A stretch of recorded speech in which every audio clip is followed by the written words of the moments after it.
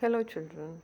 Have you heard of the saying, success has no shortcuts? So, let us learn about this with this chapter, A Letter to a Daughter. Before that, do you see the picture of the person here?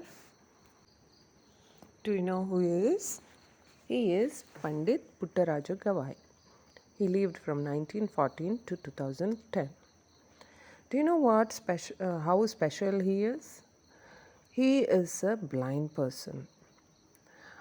He lost his vision as an infant due to some infection. After his father's death, he was raised by his maternal uncle Chandrasekharaya and he started giving him the musical teaching. After that, the uncle took him to the main guru, Ganayogi Panchakshari Gawai. He later on became a very famous Indian musician. Despite blind, he was able to play many instruments. He also authored 80 books in various languages. He was a recipient of the greatest award, Padma Bhushan. He was also known as the Light of Blind. He ensured thousands of visually challenged and disabled children to access the education.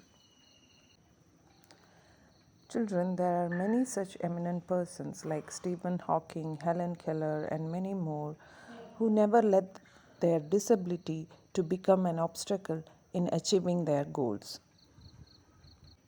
Now let us read another story of an inspirational person from the legendary book of Mahabharata in this chapter, A Letter to a Daughter.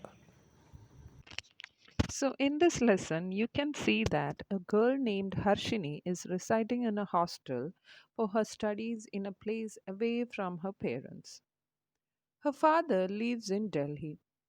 He writes letters to her daughter regularly. His words are passionate, guiding, and encouraging to her. He always writes with an example through a story. He mentions that in his letter he wrote about the story of Punyakoti. This is the story of truth and commitment. This time he writes about Ekalavya.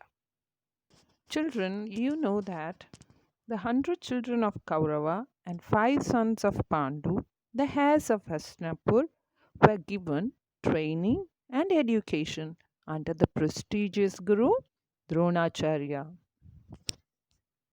Now, Ekalavya is a boy who with parents in a forest. Used to hunt and fish for his living. He had a great desire to learn archery, but there was no one to teach him. He had heard about the great teacher Dronacharya who lived in Hastinapura. Ekalavya went to Dronacharya and requested him to teach him archery. But Drona refused to take him as his student.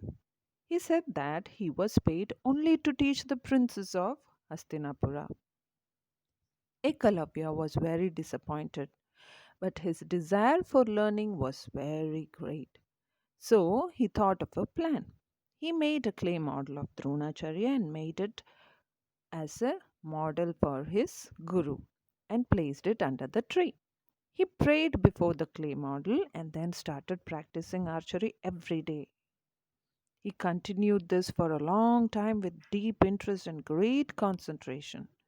Soon Ekalavya mastered the skill and became an expert archer. Now, with this example of a story of Ekalavya, Harshini's father wants Harshini to learn and complete her studies successfully.